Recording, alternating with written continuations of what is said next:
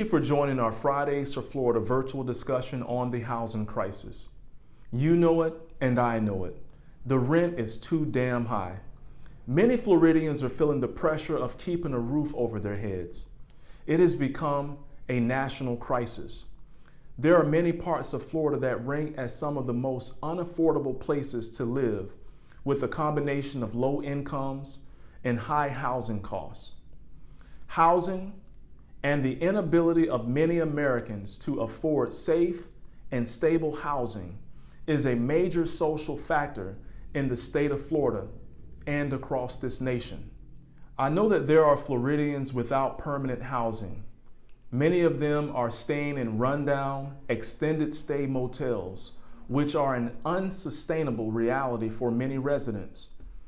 Residents don't have to come up with a first or a last month security deposit, allowing them to pay by the week, which really hurts them financially in the long run due to the rates. Spiraling housing costs, shrinking supply of middle-income homes, lower average pay, and increasing demand as more people move into Florida prove to be major factors for why there needs to be more affordable housing programs. While the cost of housing is increasingly becoming more expensive, incomes have not kept the same pace as housing costs or the rate of inflation. The average price of an existing condominium in Miami is up 24% over the past year. The average price of a single-family home in South Florida is close to $500,000.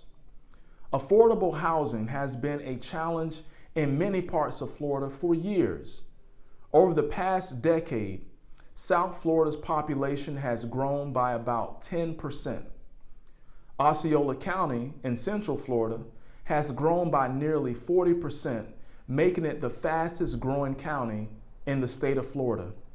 Communities across the state are having great difficulty housing a growing population in a way that is affordable and sustainable. As of January 2020, Florida had an estimated 27,487 people experiencing homelessness on any given day. This report came from the Continuums of Care to the U.S. Department of Housing and Urban Development. Of these individuals in the report, most of them were adult men. A more detailed look at homelessness tells a deeper story of the people affected. More than 91,000 Florida school kids experienced homelessness during the year before the pandemic began, according to data from the U.S. Department of Education.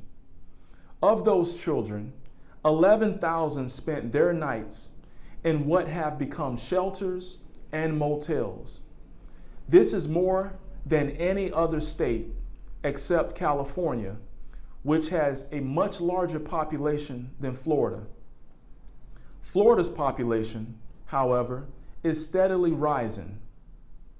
Florida has not had a state agency directly managing the real estate development growth in the state for a very long time. The Florida Department of Community Affairs was dismantled in 2011 after the state legislature passed a bill reorganizing the agency, setting a new direction for how the state would manage demands of a growing population and real estate development. Senator Rick Scott was the governor at the time.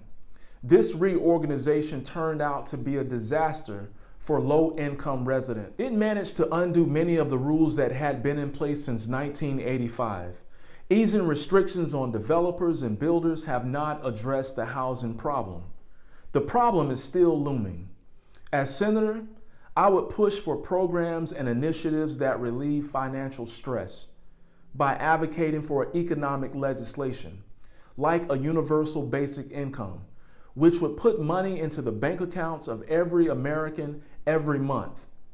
And this would help Floridians, millions of them, to be able to pay the rent and the mortgage. I think we should have a serious look at forgiveness of student loans, making the investment towards rental assistance, increased housing subsidies, child tax credits, financial support for childcare, and a complete overhaul of this credit reporting system that has proven to be discriminatory and predatory with respect to communities of color and people of low income alike. If we do all of these things, we can strengthen families and we can significantly reduce the housing crisis in Florida and across this nation.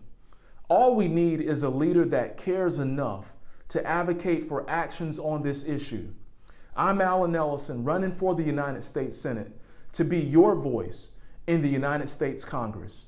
Thank you.